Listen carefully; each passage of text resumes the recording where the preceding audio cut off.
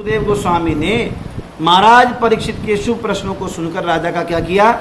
धन्यवाद किया। क्यों धन्यवाद किया? वो तो कथा सुना नहीं आए थे, क्योंकि राजा ने कथा को बंद नहीं होने दिया। इस समय में जितने से ज्यादा समय कम है, 7 दिन बचे हैं, जितनी ज्यादा से ज्यादा कथा सुनने को मिल जाएगी। सुखदेव गोस्वामी कहते हैं जो मेरे पास अमृत है उसे मुझे देने का समय क्या है? बढ़ रहा है, मेरा समय बढ़ रहा है। अगर ब्रेक दे दूंगा बीच में तो 3-4 घंटे गए। हम तो कब 6 बजे का ब्रेक लेने का अगले दिन लेते हैं, तो समय एक भी दिन का ब्रेक नहीं ले रहे। कौन? परीक्षित महाराज कह रहे आप सुनाते रहो, मैं सुन रहा हूं, आनंद आ रहा है। फिर उन्होंने कृष्ण कथा के विषय में वार्ता प्रारंभ की, जो इस कलयुग के समस्त कष्टों के लिए क्या है? औषधि है। श्री सुक उवाच, सुक गोस्वामी ने कहा कि आपने कृष्ण की कथाओं के प्रति अत्यधिक आकृष्ट हैं, इसलिए निश्चित रूप से आपकी बुद्धि आध्यात्मिक ज्ञान में क्या हो चुकी है? स्थिर हो चुकी है, जो जीवन का क्या है? असली लक्ष्य है। भगवान कृष्ण के चरणों के अंगूठे से निकलने वाली गंगा 3 लोकों को तारती है, पवित्र करती है। कौन कौन से? ब्रह्मलोक को जहाँ से निकलती है, फिर विश्व के लोगों को जहाँ से विश्व में जो लोग आते हैं, और उसके बाद पृथ्वी लोक को। इसी तरह जब कोई भगवान की लीलाओं और गुणों के विषय में प्रश्न करता है तो यह 3 प्रकार के व्यक्तियों को क्या करती है? शुद्ध करती है। किस किस को? वक्ता, श्रोता और प्रश्नकर्ता। आगे कहते हैं कि हमने अभी श्रवण किया, गाय कहाँ गई थी? गाय गई थी ब्रह्मा जी के पास, और ब्रह्मा जी सबको लेके कहाँ पहुंचे? क्षीर सागर के तट पर। ब्रह्मा जी ने बताया, क्या बताया? वसुदेवे गृहे साक्षात भगवान पुरुषा परा जनिष्यते रति प्रियार्थम संभवन्तु सुरस्त्रिया, कि सर्वशक्तिमान भगवान वसुदेव के पुत्र के रूप में प्रकट होंगे, और देवताओं तुम अपनी पत्नियों को लेकर उन्हें प्रसन्न करने के लिए क्या हो जाओ? प्रकट हो जाओ। तो वसुदेव कलानंतम शस्त्रवदनम स्वराट अग्रतो भविता देवो हरे प्रिय चिकित्सया। बैठ के कथा सुनो, कथा सुनो बैठकर। जाना क्यों है? कथा सुनो। कृष्ण का सबसे अग्रणी स्वरूप क्या है? संकर्षण है। अग्रणी स्वरूप कौन है? संकर्षण। भगवान का सबसे पहला विस्तार होता है बलराम, संकर्षण। उन्हीं संकर्षण को क्या कहते हैं? अनंत कहते हैं। क्या कहते हैं? अनंत क्यों कहते हैं? जिसका कोई अंत ना हो, जिसके अनंत मुख हैं। और अनंत मुख में कितनी जीभ है उसकी? एक सर्प की कितने जीभ होती हैं? 2। एक सर्प की कितनी जीभ होती हैं? 2। तो भगवान का पहला विस्तार है अनंत, और उसके अनंत मुखों में 2 गुनी अनंत की क्या है? जीव है। वह जब से प्रकट हुए हैं तब से भगवान के नाम का कीर्तन कर रहे हैं। जब से प्रकट हुए, जब से प्रकट हुए तब से कीर्तन कर रहे हैं, और आज दिन तक कीर्तन चल ही रहा है। अनंत भगवान का कीर्तन अब तक चल रहा है। वे अपने हर जीव से भगवान के अलग अलग नामों का कीर्तन करते हैं। तो सोचो, अनंत के नाम जीव 2 गुनी हैं, और वे अनंत नामों का कीर्तन करते हैं, तो कितने नाम होंगे भगवान के?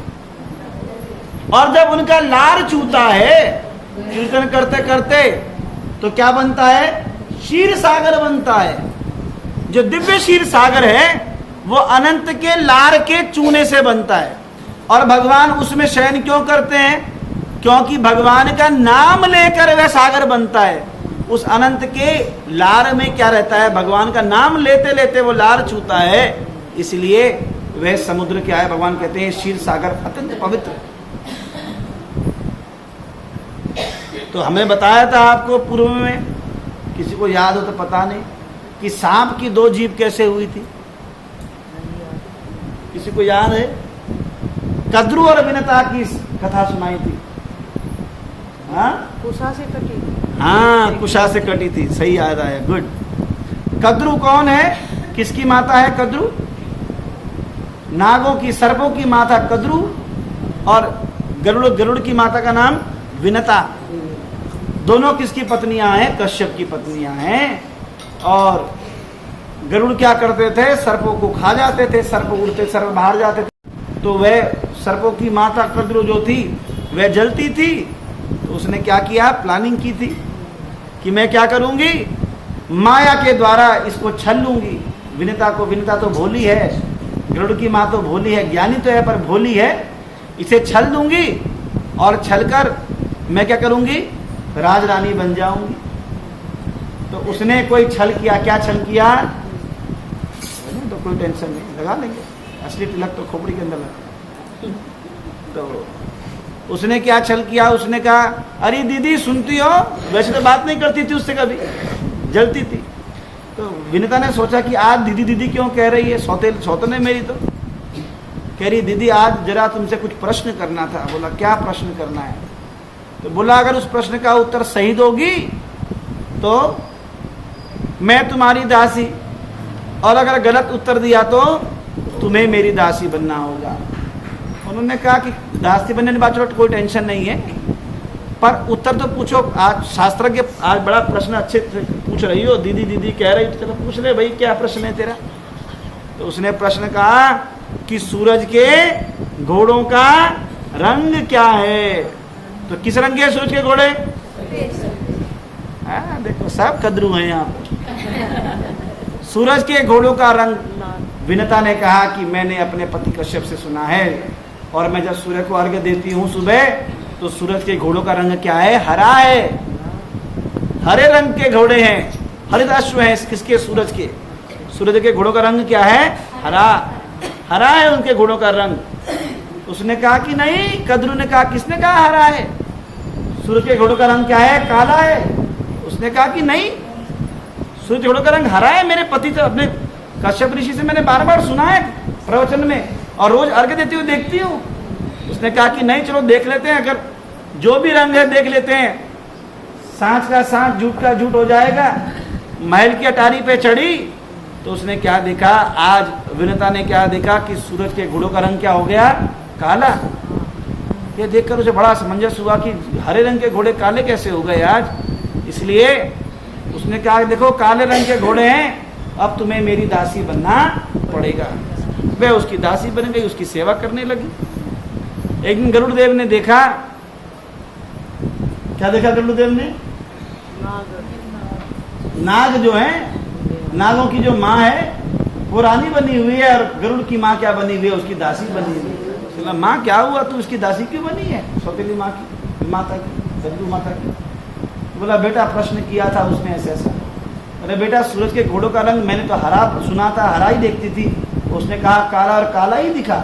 बोला, नहीं माँ, मैं तो आकाश मार्ग में रोज जाता हूँ, भगवान को लेकर जाता हूँ। गरुड़ ने कहा, पर सूर्य नारायण तो नीचे होते, तब हमेशा घोड़ों का रंग क्या रहता है? हरा रहता है। तू दोबारा शर्त लगा ले उससे।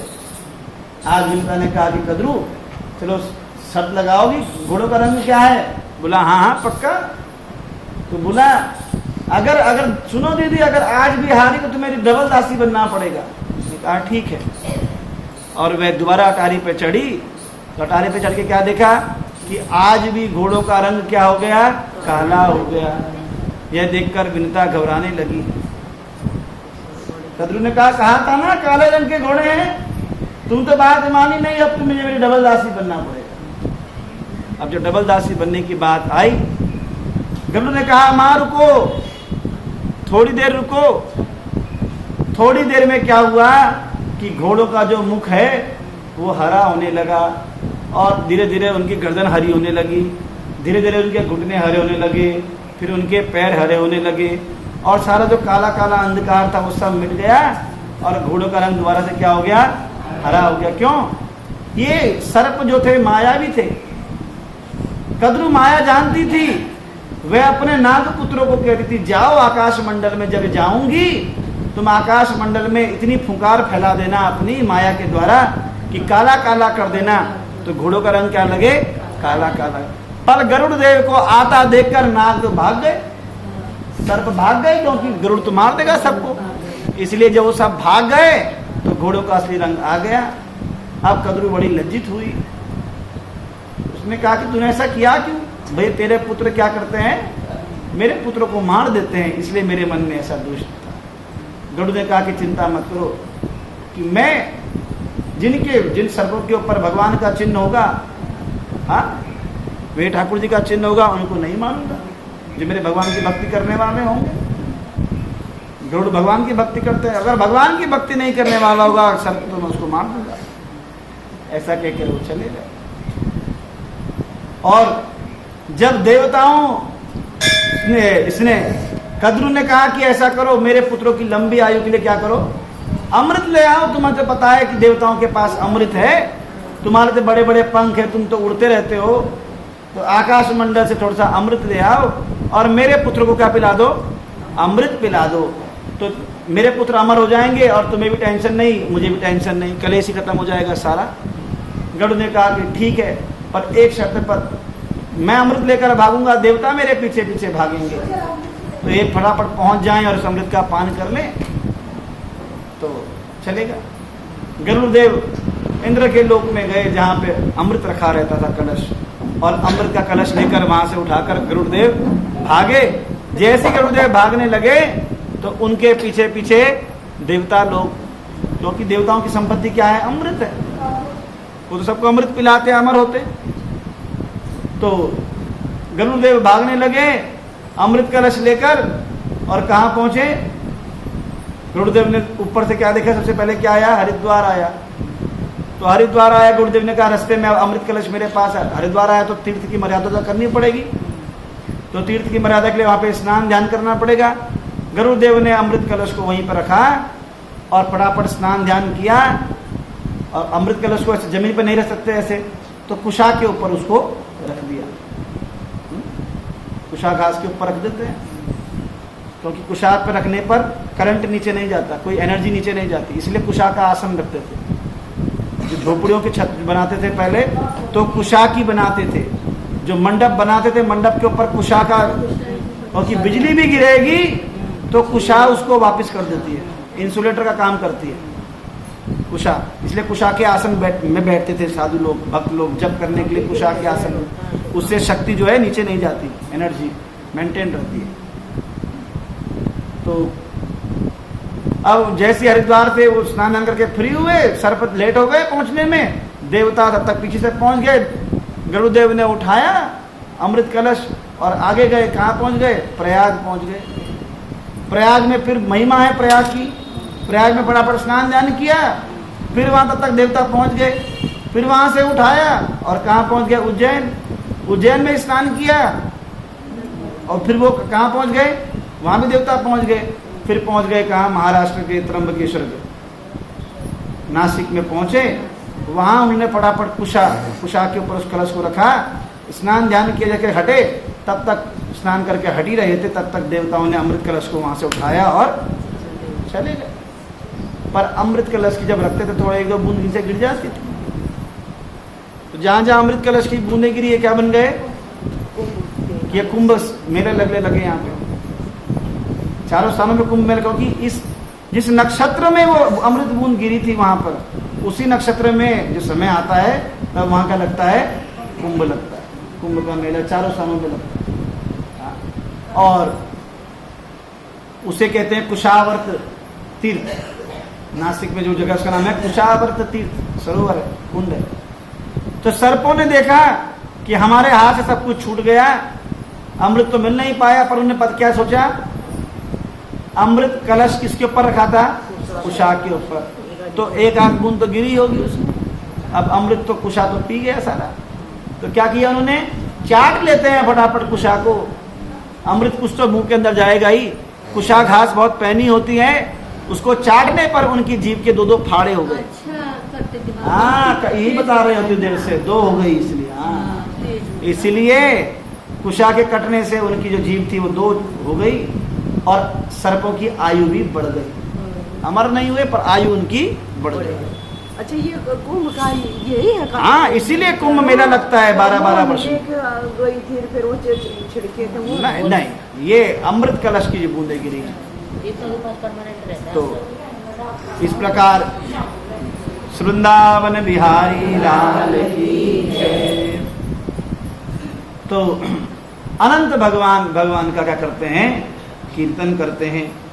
वह इस भौतिक जगत में सारे अवतारों का उद्गम है। सारे अवतार किससे निकलते हैं,